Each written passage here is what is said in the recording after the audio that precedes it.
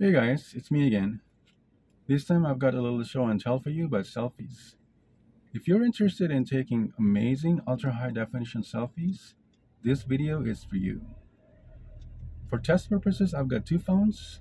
Let's check out the specs. Okay, the first one is Vivo V215g, released in May 2021. The special thing about this phone is that it's got autofocus and OIS for the selfie camera. Now you gotta understand that for selfies, the autofocus itself is already kind of rare. So as far as I know, having autofocus and OIS in the selfie, it's like a one of a kind thing. I don't think it's gonna be found in any other phone ever again.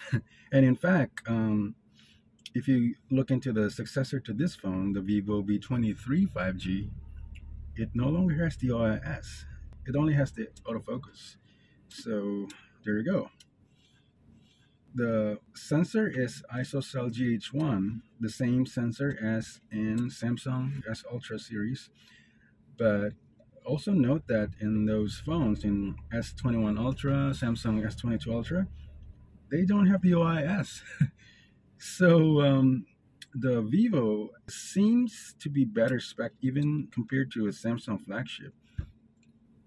Okay, so the resolution is 40 megapixel and the color filter is quad Bayer or tetrapixel. The other phone is Xiaomi Me 6X, released in 2018. So as you can see, this is already a 4-year-old phone. There's no autofocus, no OIS. Sensor is Sony IMX376. Native resolution is 20 megapixel, standard Bayer color filter.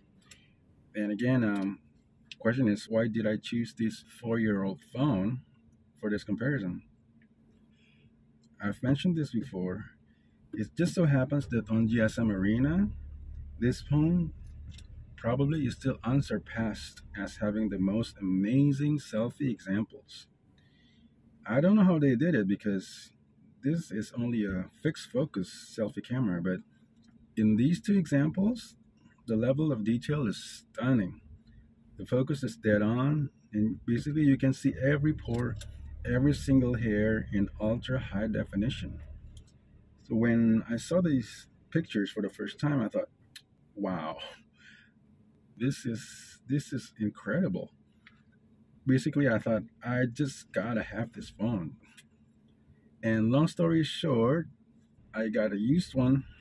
This one, pretty good price, really good condition.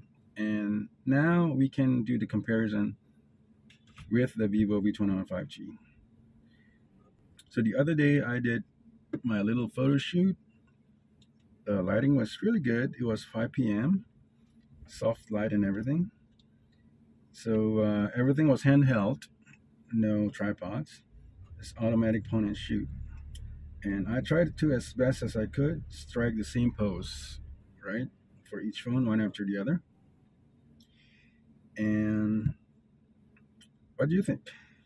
Well, I think both cameras turn out pretty nice.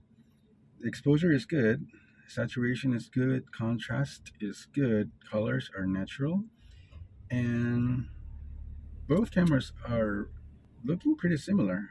Both produce similar color, blues and skin tone turn out very close. And I think for social media like Instagram, etc., both cameras are just fine. Both should be good for social media posting and stuff like that. Now, if you zoom in, so the whole face fills the screen, you can see more details. And the Vivo is just great. It's very sharp and details are impressive. The Mi 6X is also good, but if you look closely, it's beginning to show some fuzziness in the eyebrows and the mustache and the stubble and softness in the nose area.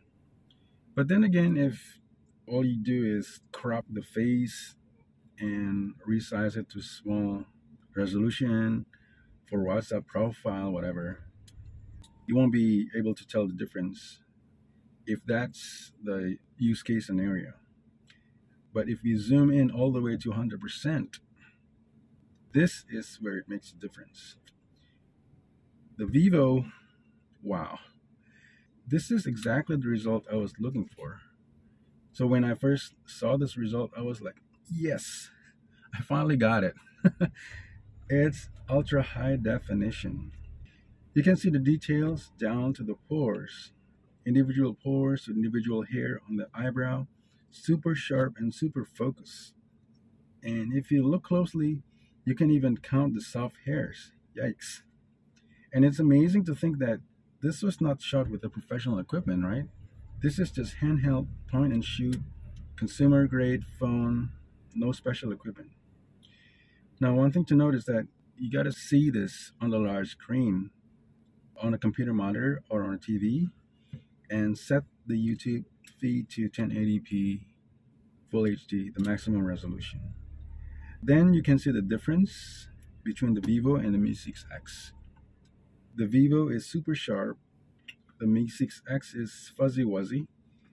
Basically, the Mi 6X cannot resolve details down to the one-on-one zoom level. You can see that the eyebrows look fuzzy or pixelated and the skin looks soft or blurry. So in my previous attempts with indoor lighting, the Vivo selfies actually look like the Mi 6X. It's not sharp all the way down. And that's why I was disappointed and I got the Mi 6X as a last resort. But it turns out that the lighting is the one that makes all the difference. So I guess if you want to take away something from this video is that to realize the potential of a great camera, you still need good lighting. And one final note. So the results from the Mi 6X is by no means bad. In fact, it's probably typical of selfies from any good cameras. So, okay, it's not ultra high definition, but it's got nice exposure, nice contrast, color, saturation, and enough details for the typical usage scenarios like social media posting.